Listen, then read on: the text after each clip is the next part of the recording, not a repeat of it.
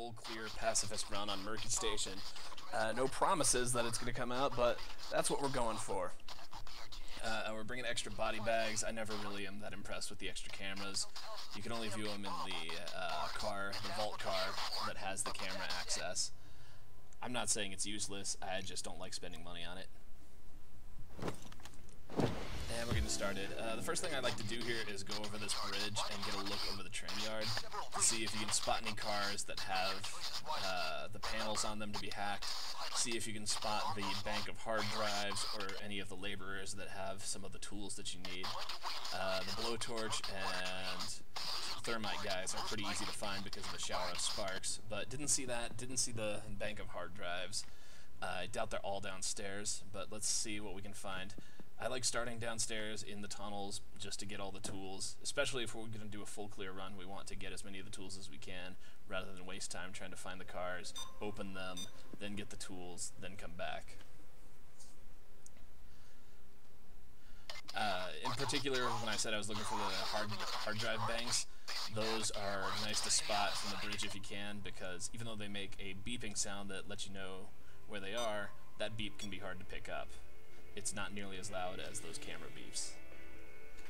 So on one down, and I assume on some of the lower difficulties, the vents here have screws, so it helps to pop one that's safe and then go through the network of tunnels and pop them from the inside where it's safe.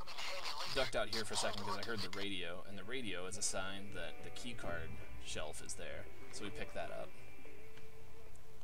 We need 3 other tools: a blowtorch, a can of thermite, and a hard drive.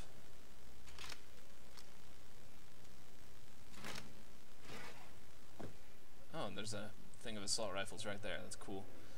There's always 2 weapon containers in the tunnel network, and then 6 in each of the weapon cars, for a total of 14, plus the 2 bags for your bomb parts. So, for a full clear, we'll need to find 1 more in the tunnels before we... well, not before, but we need to find 1 more in the tunnels. And there it is. Alright. Our HUD labels it as assault rifles, but yeah, there we go, it's pistols. As far as I can tell, the only difference between the rifles and pistols is that you can sprint when you're carrying pistols. They both turn in for the same amount of cash. They both seem to be able to be thrown very far. They both seem to have the same encumbrance, so yeah. But you can sprint with pistols. And if you play this long enough, you start to recognize which of the vents lead to the different parts of the map and how that corresponds with what's up above. Like, I know that this leads out to the boat just because I've done this enough times. And then that side area has a... I'm pretty sure that's the side area that has an extra guard with a potential laborer there. Nope, that's the other one. Okay. Still don't know it perfect. Hearing the radio. I'm listening around for other sounds. I'm trying to hear the hard drives or the thermite guy. The thermite guy makes like a loud grinding sound, and I haven't heard that. Security guard. So I'm checking in these side rooms. They usually have something. There's the bank of hard drives. We'll pick one from there. Okay, yeah, see, you can hear that beep, but it's very faint.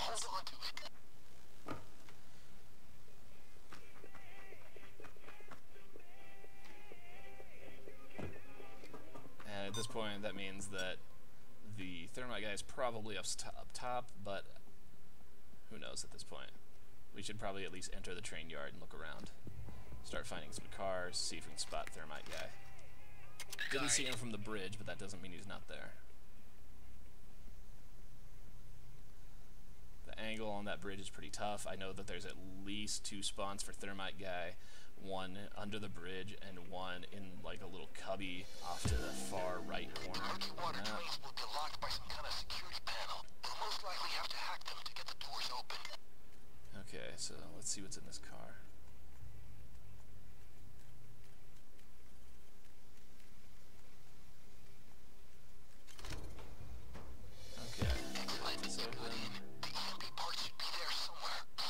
Whew. That was almost being spotted. Okay, Alright, so this is not the EMP car, and it's the one that requires the thermite. That's good news and bad news. Bad news is I need the thermite to get into that to get some of those rifles. The good news is it means I already have all the tools I need for the EMP cars. So if I can find those, I can get that started and get some insurance on this mission. It's not as much insurance as you would like, though. The thought of like, okay, I have my objective done, now I can go mess around and take some risks on the rifles. Not really as much an option as you might think on Murky Station, because your exit time is punishingly low. When you get caught, you need to get out immediately, and there are parts of the yard where you just can't do that. Okay, so this is another car of rifles here.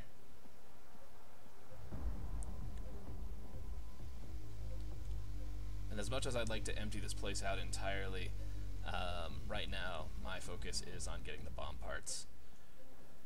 Not only do we want to get the objective taken care of, but also, until we get the bomb parts, we don't know where our drop-off is going to be. I'm going to put the guns up here somewhere safe, but I'm not going to carry them up the whole way, because if we get the boat exit, it would be silly to have carried it all the way up to where the van would be. The boat exit is on the other side of the map. Okay, so we're going to get deeper into the train yard, see if we can find any more cars, find our thermite guy, and find this EMP. The nice part about having found the two gun cars already is that any car we find now is guaranteed to be an EMP car. One of the bad things about it is that since we've already spent one tool on a gun car and the other one is thermite, we know that one of our EMP cars requires the blowtorch. And the blowtorch sucks. The blowtorch is the most dangerous tool to get into any of the cars, because you need to spend 2 5-second increments in an area where you can be spotted fairly easily.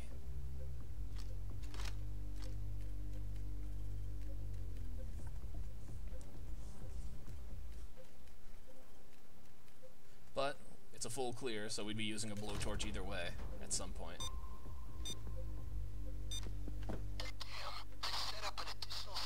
Okay, so this is the hard drive car. We can forget about drilling our way through this. It would cause too much noise. Maybe we can find a way to hack it.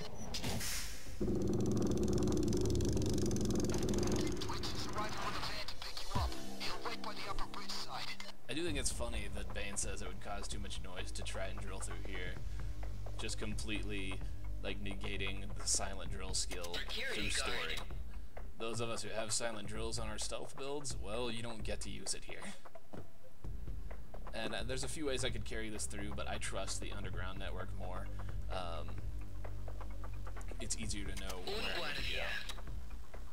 Well, not so much where I need to go, but it's easier to get through undetected. Once you get it into the vent, you have a guarantee of safety, and if you know the correct exit to get to your drop-off point, it's almost free to get out from there. See, I just have to make this little jaunt here past the camera. No big deal. The tunnels are, you know, in a perfect run, they're going to be slower than going above ground, but above ground is usually going to be slower in the long run because you have to duck guards and patrols and drones and all of that. And yeah, more than 2 million for one bomb part on one down. It's a pretty lucrative mission. Yeah, I would make it comparable to Golden Grin and Shadow Raid. The bright side of it is if you're pretty lucky and you're pretty good at it, you can get it done faster than either of those. Our difficulties finding thermite guys so far don't point to this being, you know, remarkably faster than either of them. But it's going to be a good haul for the run that we do, provided we don't flub it and waste all our time.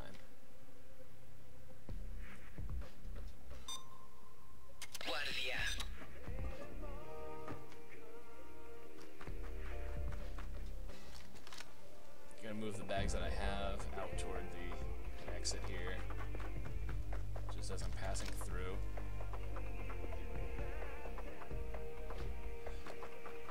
That way when I gather other stuff I know where to put it, and then then it's all in one nice pile, and I can move it out of the tunnel network quickly and efficiently. And this is the boat exit. Using the boat exit to get to the other side of the train yard so I can cut through the fence, and oh man. So on this side, you have 2 fence panels that you can cut through. They're normally more spread apart. Having them together is just a total waste, and yeah, I just checked to make sure that there wasn't one over there. Normally you have one on the left side, one on the right side, and that one on the right side will let you go deeper in toward the trains, and that is really helpful. Having them both right here, not only are they duplicative of each other, but they both dump into one of the more dangerous spots on the map, where there's a bunch of guards patrolling and there's some weird angles, and yeah.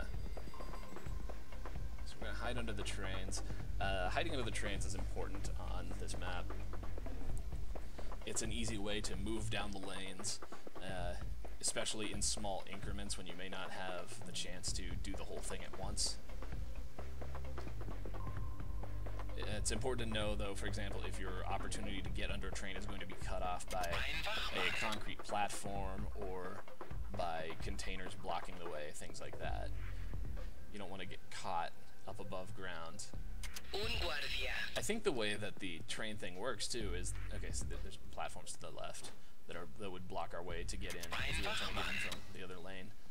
I think the way that the train hides you is just that it overlaps the top point of your head, which is the visual reference for how guards see you, which I think is kind of funny. It's like a little hacky solution, but to the player it doesn't feel weird at all. It makes perfect sense. You could be under there and be invisible. I don't know if they ever fixed it, but at one point it was possible to be invisible as people playing in someone else's game. Like if a guard was coming up on you, you would turn your back to a wall and then point your head straight up, tilting the top point of your head into the wall so that the guards couldn't see it. Used to be a classic on Shadow Raid. I don't know if that's still a thing or if they fixed it. I would assume they'd fix it. It's not really necessary either way, though. Hoping to go down this lane to see if we can find... I've never seen the thermite guy in a lane, but it can't hurt to look. And also just to try to find some more cars. Cutting it a little close there, but that's another one of those things, like I said, about using the getting under the train cars for little incremental movements down a lane. We would have never got down the whole lane past those guys. That would be insane. But we can sort of leapfrog down the way. Swapping over to the other side, because that concrete platform to the right is going to ensure that there's a long stretch of train where I wouldn't be able to duck under.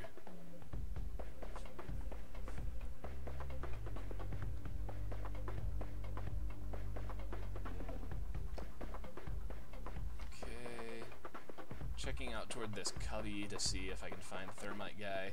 Sometimes there's one stashed away over here. But I don't hear him, and I don't see the spray of sparks, so I don't think he's out here.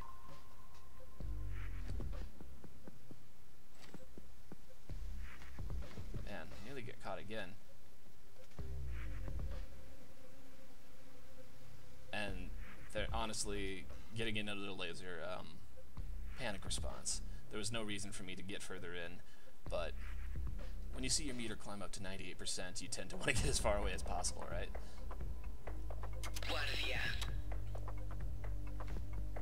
Alright, checking over by the red container, just to get another angle. See if I can get another angle. Doesn't really look safe over there for right now, but now let's look. Yeah, I don't hear it at all. And you would hear Thermite Guy. It's a loud, grindy noise. So I can't think of where else he would be.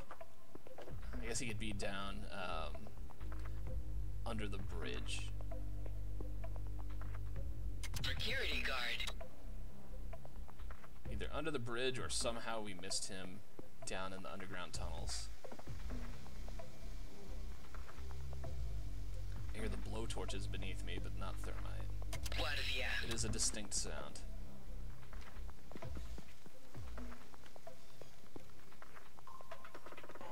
Cutting that a little close. Oh, cool. So there's another train car we can pop. That means that that is another guaranteed EMP. Because we've already got both the gun cars.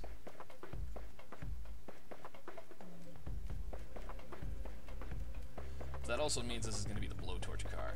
And the blowtorch is risky. I kind of hate it. Ooh. That guy came up on me. Man, there are a lot of close calls this time. It kind of has me thinking twice about doing a full clear, but we'll see what happens.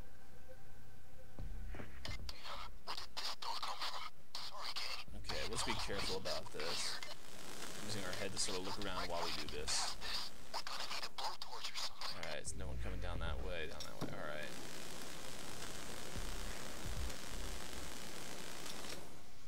We'll grab this bomb part and we will get the hell out.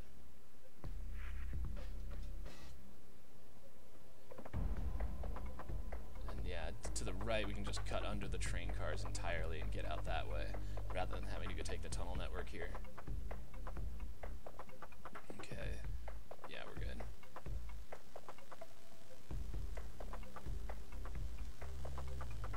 Alright, so all that's left now is clear out one of the gun cars, find that damn thermite, clear out the other gun car.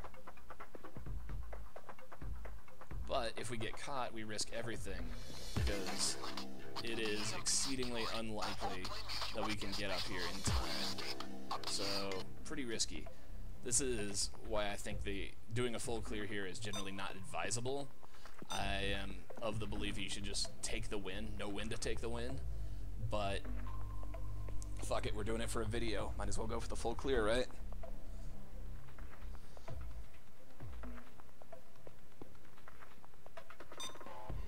Security guard.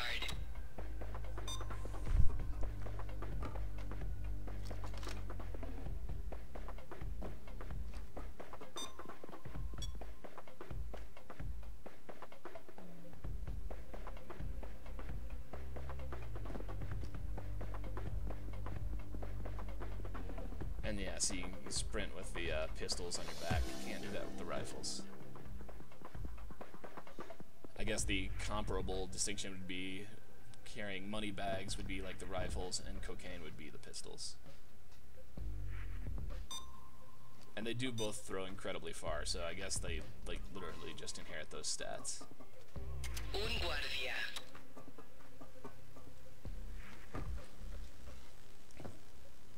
Peeking around, trying to see if I can find any sign of the thermite guy. I don't think he's down here anymore, but I've spent so many options at this point. Ein Wachmann.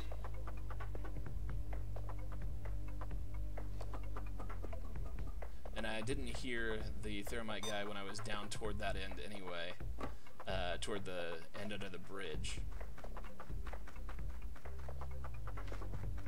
And like I said before, it's a really distinctive sound.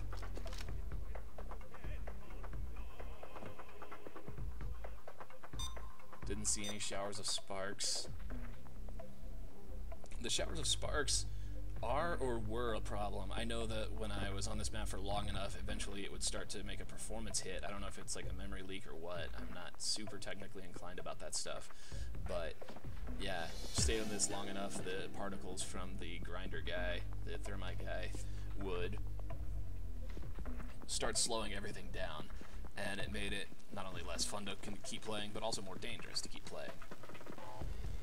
Trying to make a quick escape when the game is a slideshow, not really advisable.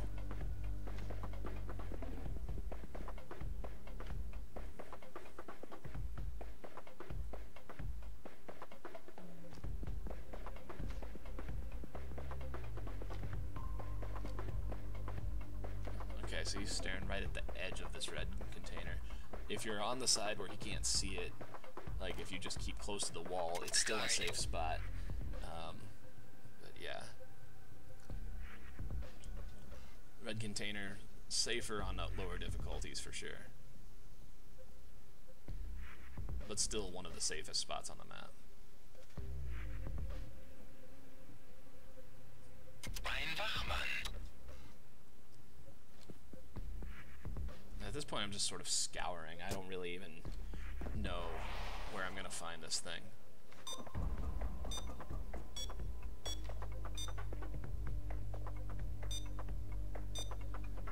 No sounds, there's no Security guard. shower of sparks. There's no other places really in the tunnel network that the guy can be. And he's either gonna be in the halls or in those two rooms. he's not in either. So I should really just throw that goose chase away and try to find him somewhere else. I've already checked out by the cubby hole. And you know what? Let's just move some bags. We're going to fast forward.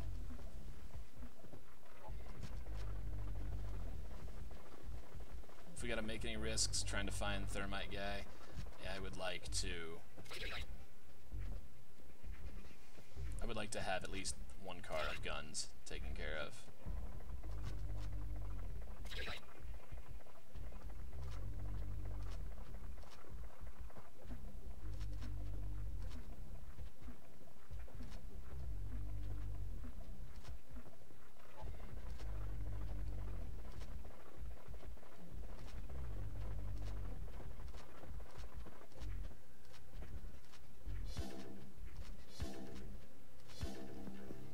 Okay, that's taken care of.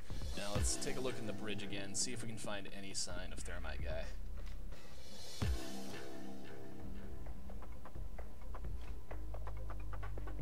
Still seeing and hearing nothing. All things considered though, I think we should go for it. We haven't killed anybody yet, and we've got all but one car, and we know where that car is. All we need to do is find the tool to unlock it.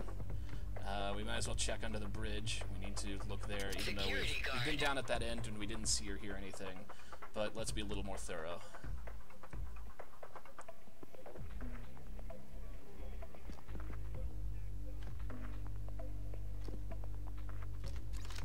Security guard. Oh, there he is.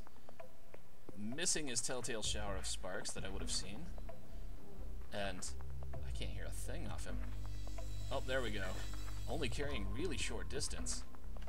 That's unusual. Wachmann. But we found it.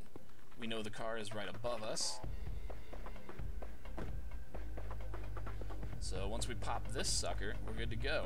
All that's left is to carry some bags. So let's put it back in fast forward.